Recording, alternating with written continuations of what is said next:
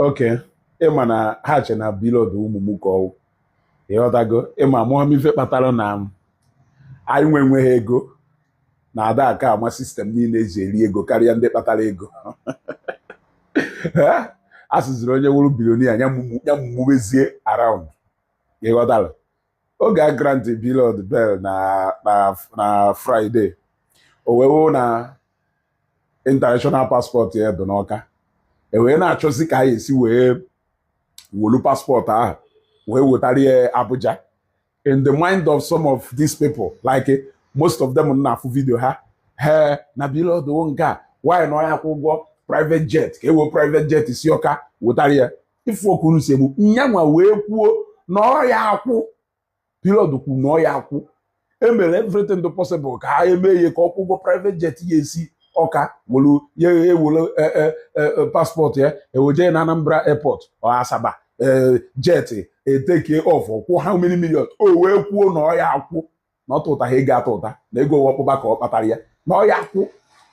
O wee gwa ha wee sị ha na onye nọgolu more than 2 weeks na prison ọnwụghọ ọwụzi from Friday to Monday ka ọ ya anwụ. That is what we call principle.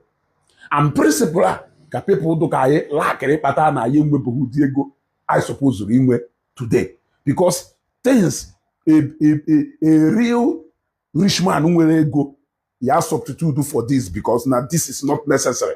You will always want to use it to show that you nwere ego, but ọ bụla ebe ahụ ka a na-show the real show of na nwere ego. Like etu a Blord nọ kịta, if you want to know whether no nwere ego or no nwere ego, enwere things do real on the ground which you can see. When you see it, you will know na nwoke dọgba ọhọba ya ụmụ nonsense ya ana asị so na ọ kwụrụ ihe ụgwọ private jet wo private jet o ji emego ọ sịrị na ọya akwụ.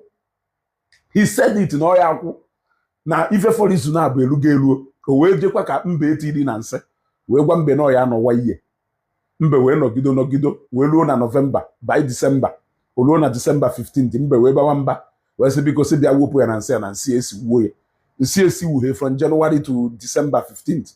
I will say from December 15th to 31st ka nsị asiwuo narị ya. So ebe ahụ ka m nọ wee malụ na this young man do very intelligent and ọkwa whether you like it or not ego nwe principle and that real principle ego ji multiply from 1 to 10 abụrụ people like us ndị na-ekeep ewu these people who actually know, who actually nwee this money, who actually are wealthy or ha the actual and real principle eji multiply ego. Ịghọtago eji multiply ego ndị dụka anyị narị amụchi iri ego wee chụta ya achụta. Ịghọtago na ife nji wee na-ekwu ndị dụka anyị ewu na channel request to some people ọdụka asị na onwe ndị nna agwa mana meanwhile ndị nna agwa mana ọha ka nna agwa dimkpa mmadụ pụta ọ na-asị na ọkwọsị na billionaire. You always want, he doesn't need to show you no a billionaire through unnecessary things enweghị isi. The fact speaks for itself. Fact speaks for itself and they believe na Blord akarịghị ịgbakọ data ego.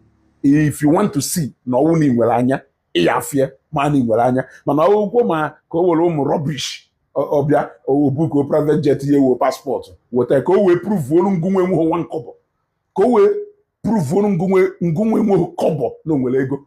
Kedu ife kpatara o ji prove unu onwere ego? Blord enidiro iprove unu onwere ego. He needs to crew private jet okwu passport ekute Abuja wee were ewe gosi ụlọ ọwụ ebillionaire. Ọ na-agwa ụlọ ọwụ ebillionaire ọ na-egosi things ya emeghu. Ịghọtago ọ egosi things ya emeghu ịmara na ọwụ ebibibibi biribiri. Ịghọtago ọ na ị na-edizie ka ngosi alụgo those things. Ịghọtago ịgwa m agosi alụgo those things. Ịghọtago mana I'm very happy seeing that guy exhibit that level of maturity in a time when somebody doka ndị anọ na Facebook ya apụta just to prove rubbish. At the end of the day nyanwe check na kele onye ọ na-eprove refa ndị na-achọ ka o prove olu ha that I can do this. Who are they? Kele ife wo their worth? What is their total net worth for me to just go below my principle just to prove rubbish to them? So I'm very happy. That is what we call maturity. Ono ya mmụtagide aka akwụkwọ n'aka this guy mụtagide akwụkwọ n'aka this guy wee luo mgbe ụfọdụ n'ime ụlọ ya amara ife ịghọtago. So I just nchọ ka nye that account. He said no, I will not pay for any private jet. Kuje prison a egbughị mmadụ na ebe ọ na ọnwụọ for over 2 weeks na from Friday to Monday ahụzi nya ya egbue. I'm sure that by now passport ya nọ na Abuja. So tomorrow latest before 12 Blord apụtara onwe. So what could have been the essence of spending over how many million just because he doesn't want to sleep when he already knows that whether he is in or out, that his business is running uninterrupted. Even while you are there shouting, no, he has gone back to prison. He's making money. He's making money.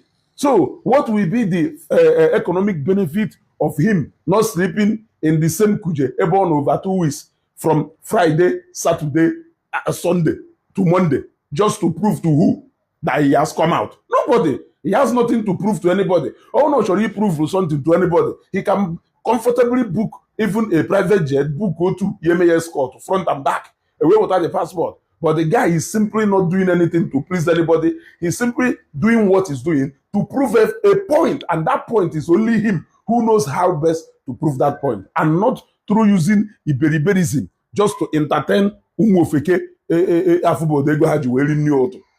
So I'm very happy and I'm impressed. I'm impressed. Adam is so young, my ife. Wonu ni manum. Ebe ona nku, iya man ebe ahụ nku na sense ebe nku. So Blord igbe, tomorrow is the code. Tomorrow is the code, and tomorrow we are going to celebrate. Proudly, a Blord